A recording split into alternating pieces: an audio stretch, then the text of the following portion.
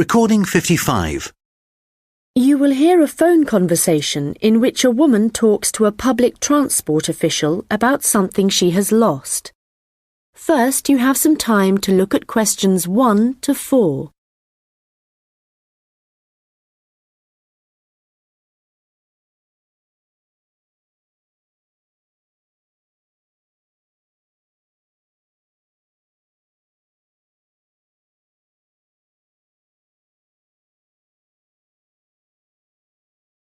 Hello, City Transport Lost Property.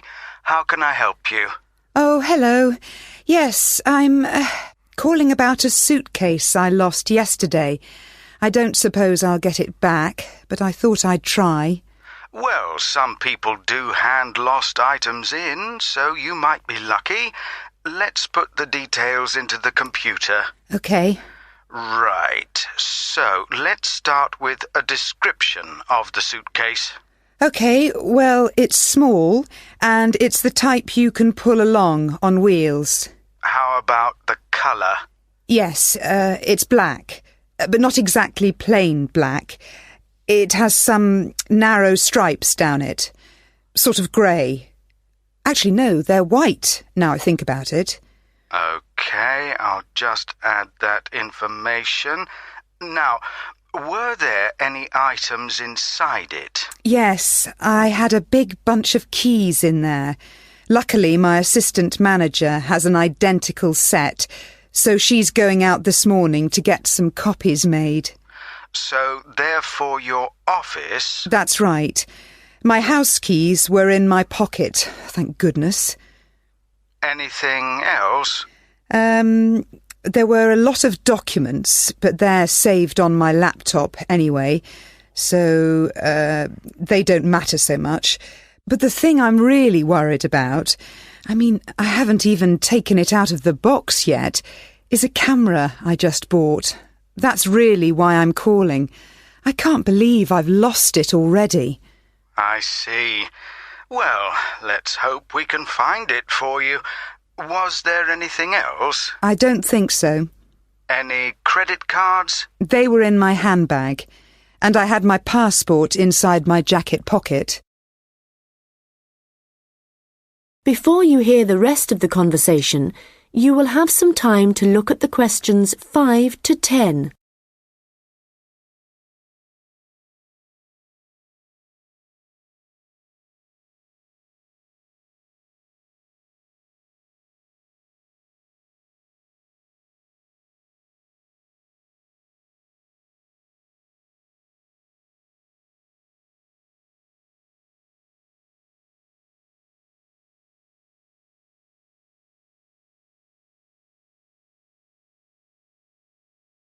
Now listen and answer questions 5 to 10. Money, clothing, any personal items? Let me think. I had an umbrella. It was black. No, blue. But obviously that isn't as important as the other things. No, but it all helps us identify your property and get it back to you. Anyway, I just need to ask you for some basic details about your journey. So it was yesterday, was it? That's right. In the afternoon. Around 2 p.m, maybe 2:30. OK, so that'd be May the 13th. Yes. I was heading to Highbury. That's where I live. All right, and you mentioned a passport, I think. So you were coming from the airport, I presume? Yes, and I was looking forward to getting home so much, and what with being tired and everything, I think that's why I just forgot about the case. And how were you travelling when you lost your property? What kind of transport were you using? I thought about getting the train, but that would have meant a bus journey as well, and I couldn't be bothered. So I decided to take a taxi eventually. That's where I must have left it. Well, that's good news in a way.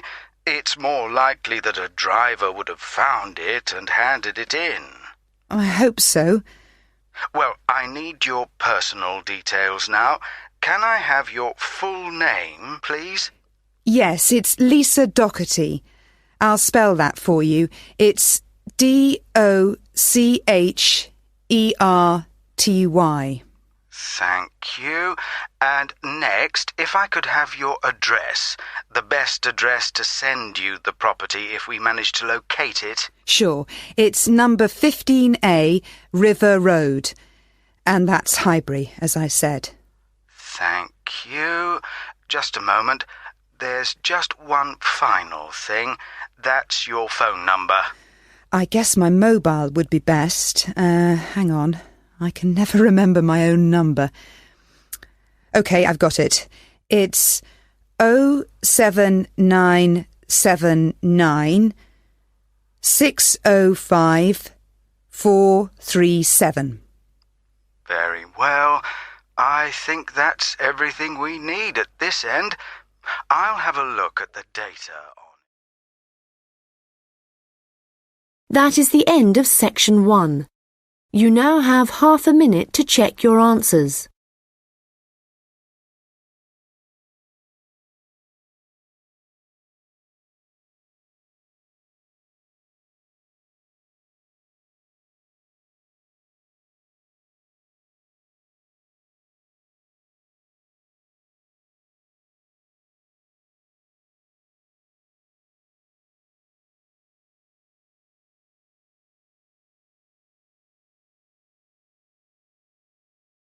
Now turn to section 2.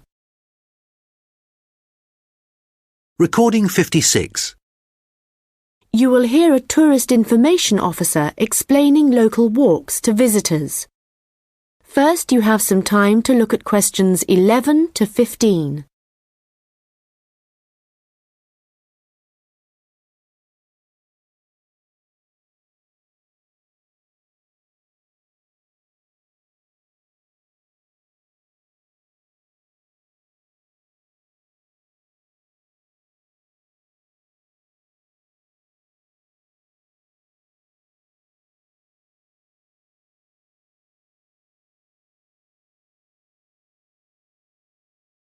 Welcome to everyone here. I hope you enjoy your stay in our village and enjoy the local scenery. I'll tell you a bit about the forest and mountain tracks in a minute, but first, I'll just give you an idea of where everything is in the village. So, we're here in the Tourist Information Center, and when you come out of the center, you're on Willow Lane, just opposite the pond. If you want to get to the supermarket for your supplies of food and water, go right. That's the quickest way, and then turn right at the top of Willow Lane. And it's the second building you come to, opposite the old railway station. If you're planning on doing some serious climbing and you need some equipment, we do have an excellent climbing supplies store just 5 minutes walk away. Turn left once you're outside the Tourist Information Center. Take Willow Lane all the way up to Pine Street. You want to go left along here. Then keep walking and go up Mountain Road on your right until you come to the next turning on the left. Head down there and you'll come to the climbing supplies store. If you get to the small building that sells ski passes, you'll know you've gone too far. You also need to head to Pine Street for the museum. It's small, but well worth a visit if you're interested in the history of the village and the old gold mining industry. So, when you reach Pine Street from here, you'll see the old railway line on the other side of the road. Turn left into Pine Street and keep going until you come to Mountain Road. And just past here, the museum will be on your left, just behind the railway line. Don't worry about crossing over the tracks. The train stopped running through here in 1985. If you're planning on following one of the easier forest walks, you might like to hire a bicycle. To get to the hire shop, again, you need to head to Pine Street. On the left-hand side of Pine Street, you'll see the town hall. Go down the little road that you come to just before it, and you'll find a bike hire shop just behind the hall. They have a good range of bikes, so I'm sure you'll find something that suits your needs. Last but not least, if you're hungry after a long day's trek, I can recommend our local cafe. Again, when you leave the Tourist Information Center, turn right and follow Willow Lane until it joins Pine Street. And right opposite, on the far side of the railway tracks, is the cafe. Before you hear the rest of the conversation, you will have some time to look at the questions 16 to 20.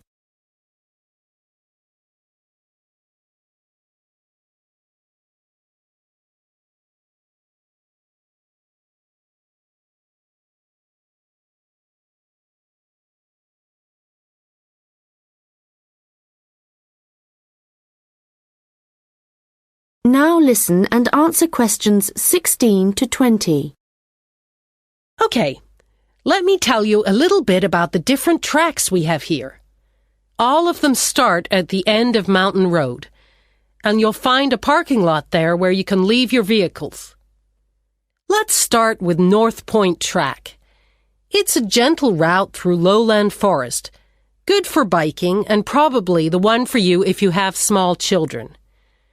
There's a wooden hut where you can stay at the end of the track, but be aware that it's really just an overnight shelter, and you'll need to take your own sleeping bags and cooking equipment. Another option is the Silver River Track. As the name suggests, you'd be following the river for most of the way, and you get to see some of our beautiful native birds. But the track also goes through a densely forested area. Unfortunately, the signposting isn't very good in places, and you do need good map reading skills to avoid becoming disoriented, which happens to visitors a little too frequently, I'm afraid. Valley Crossing will take you through some stunning scenery, but there are several points along the way where you'll need the level of fitness required to get over some pretty big rocks. Stonebridge is one of the shorter tracks, but very steep as it takes you up to the waterfall, and you do need to be in good condition to manage it. Lastly, the Henderson Ridge track will take you all the way to the summit of the mountain. Do bear in mind, though, that at this time of year the weather is very changeable, and if the cloud suddenly descends, it's all too easy to wander off the track. It's best to check with us for a weather report on the morning you think you want to go. On the way to the summit, there's a hotel which provides comfortable rooms and quality meals, so it's worth climbing all that. That is the end of section 2. You now have half a minute to check your answers.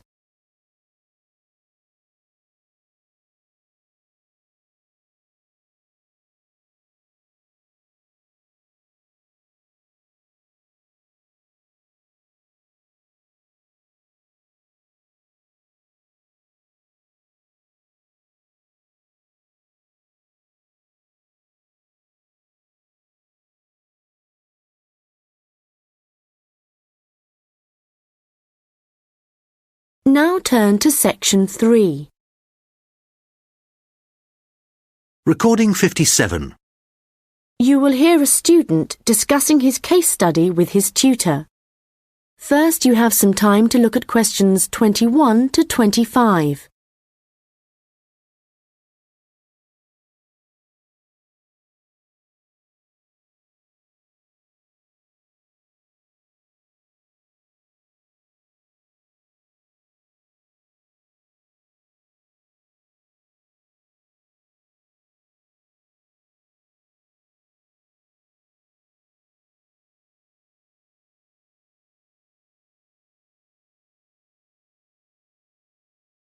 Well, James, I've had a look over your case study, and for a first draft, it looks promising.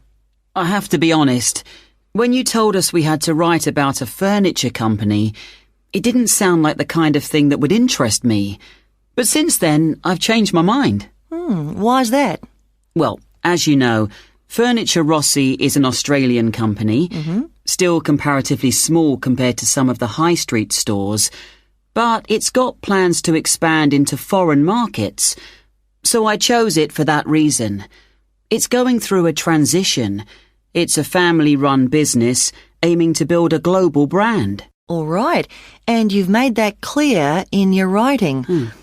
One thing, though, that I think you've overlooked is why Luca Rossi started a furniture company here in Australia in the first place. Well, he'd just got an arts degree, hadn't he? And people were trying to talk him into an academic profession, but he wanted a practical job, something he thought would be more satisfying in the long run. His grandfather had been a craftsman. He'd made furniture in Italy, and he'd passed this skill on to Luca's father. And, well, Luca thought he'd like to continue the tradition. Yes, that was the motivation behind his decision. And what was it, do you think, that gave Furniture Rossi a competitive edge over other furniture companies? I wouldn't think it was price. It's always been at the higher end of the market. But according to my research, it was to do with the attitude of the employees. They were really focused on giving good customer service. Yes, Luca Rossi insisted on that. Their promotional campaigns also emphasised the fact that the wood only came from Australian forests. But that was the case with their rivals too, so it wouldn't have made them stand out. OK, we'll have a careful look at the content of your case study in a minute, but I just want to make a general comment first before you start writing your second draft. OK. Yes, what I'd like to see more of is your opinion. A bit more critical thinking rather than the bare facts. But it's good to see you've been careful with your referencing this time. Thanks. And I read and reread my work, so I'm pretty sure there aren't any errors with the language. Yes, it's fine. Oh, but there's one other thing I could probably mention at this point. Yes? Well, at the end of term, you'll also be giving a presentation, also on Furniture Rossi. Yes. I haven't given it much thought yet. Understandably, but while you're writing the case study, I'd recommend you think about what kind of information would be suitable to use in your presentation. Remember, the last time you gave a presentation on a company, you spent a considerable part of the time providing the audience with financial data. But they probably needed to hear more about company strategy. Yes. I did concentrate rather too much on the figures. I'll make sure there's a balance this time. Good.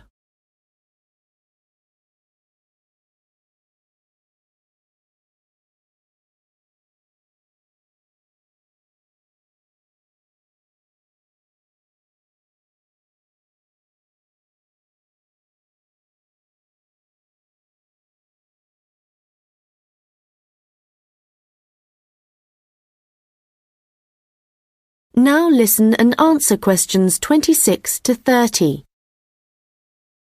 OK, so let's just think about the content of your case study, the history of Furniture Rossi. I see here in paragraph 4, you're talking about how Luca Rossi raised the capital for his new business venture. And then you're talking about the customer base growing much wider. But what was it that prompted this growth? Well, that was to do with the quality of the furniture products that the company was selling. People loved that it was all handmade and would last. And because demand from customers kept growing? Well, then Rossi needed to take on more craftsmen, so they could make sure the orders were ready on time. And then he also had to set up 2 new warehouses to make distribution quicker. Yes, and from there, the company really grew. But think what happened next. They started looking at ways to increase their profits and called in a consultant. And what he saw immediately was that the infrastructure was completely outdated. They were paying 3 full-time admin staff just for data entry. So he recommended they upgrade their software programs, and that, in turn, cut operational costs and just speeded everything up. I'm surprised they didn't get onto that earlier. But I suppose Luca Rossi was more interested in the design aspect, rather than the finance side of things. Yes, I imagine that's why he eventually turned the day-to-day running of the company over to his son. And in fact, it was the son, Marco, who persuaded his father to move on from traditional television advertising and go online instead. I guess that's the best way to reach people. It can be, but initially customers actually complained. Why? Well, some users found it hard to navigate their way around the website, so they were getting frustrated and giving up. So then the company called in a professional to improve it. Oh, I see. He must have done a good job. They've had a continuous 3-year rise in revenue, so things must be going well. Indeed. And what of the future? Well, I probably need to talk about this a bit more in the concluding paragraphs, don't I? Consumers are already aware of the quality of the furniture, that's for sure. But I think the company is aiming to publicise their values. The fact that they have respect for beauty, durability and functionality and the environment. A lot of companies are already... That is the end of section 3. You now have half a minute to check your answers.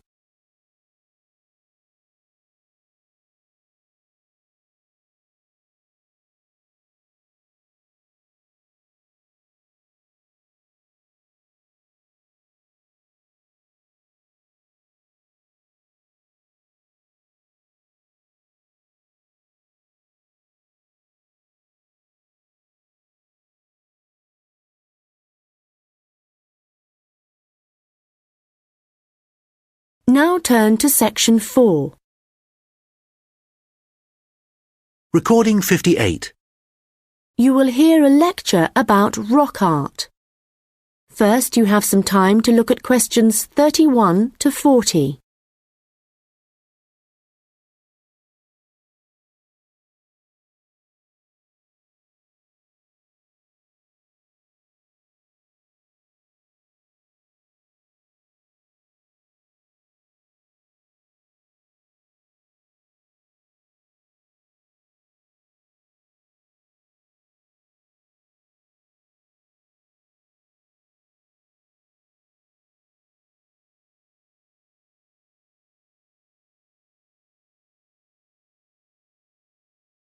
Now listen carefully and answer questions 31 to 40. Hello everyone and welcome. As part of this series of lectures on the development of early humans, today we are looking at rock art, the paintings and drawings produced by prehistoric peoples as they spread across the continents. If you've been lucky enough to look at a piece of rock art close up, you'll know it's an experience that makes you wonder about the passage of time and our own history. But rock art also has a practical value for researchers, and let's start by considering why that is. Firstly, it provides vital information about the way that people evolved, information not always easily obtainable from excavated artefacts alone. Secondly, rock art tells us about migration, where people came from and where perhaps they went next. Rock art is found all over the world, and this in itself is not surprising. But what is rather amazing, you might think, is how similar some images are, whether you're looking at a rock face in South Africa or standing inside a cave in Spain. Let me give you an example. When our ancestors drew humans, they would often draw them as stick figures. But if they drew a face, then the eyes were almost always very prominent, very open and wide. And of course, animals are very common in rock art. But one animal which is very interesting to researchers is the lizard, because whenever you see a prehistoric painting of one, it's depicted either in profile or looking down on it from above. And these drawings are produced by people of totally different cultural backgrounds. Amazing. But how can this be the case, that similar artistic styles exist in such distant locations? In the past, archaeologists believed that trade must have brought people together, and that it gave them the opportunity to observe each other's culture, including art styles. But this didn't prove to be the case. Recently, researchers have come up with a new theory. They believe that the brains of our ancestors evolved to notice certain images before others, and this was important, actually essential, because in an environment full of constant danger, it was necessary for survival. So the need to quickly recognize things that could be helpful or harmful could have had a great influence on rock art and explain why some images are more common across cultures than others. Later on, there would have been other reasons why communities produced art, certainly for spiritual and social purposes, and no doubt for political ones too, as different tribes looked for allies and struggled against their enemies.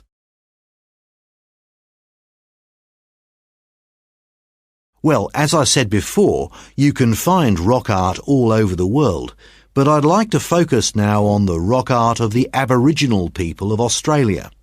The images that survive in this part of the world span at least 20,000 years. In fact, the Aborigines were still practicing this art form in the late 18th century when the Europeans began to arrive, and certain images point to the contact between them. For example, the Aborigines began to draw ships which they would have seen along the coast. It's hard for us to imagine what they must have thought when these first began to appear. Another image that is evidence of European arrival is that of horses, an animal that would have been very alien to the Australian landscape. It isn't actually known how many sites there are across Australia where rock art can be found, but unfortunately we do know that much of the art is being lost to us. Erosion, of course, is one of the key reasons for its destruction, but human activity is also increasingly responsible. Since the 1960s, industry alone has destroyed around an estimated 10,000 pieces of art. At this rate, in 50 years, half of all Australian rock art could have disappeared for good.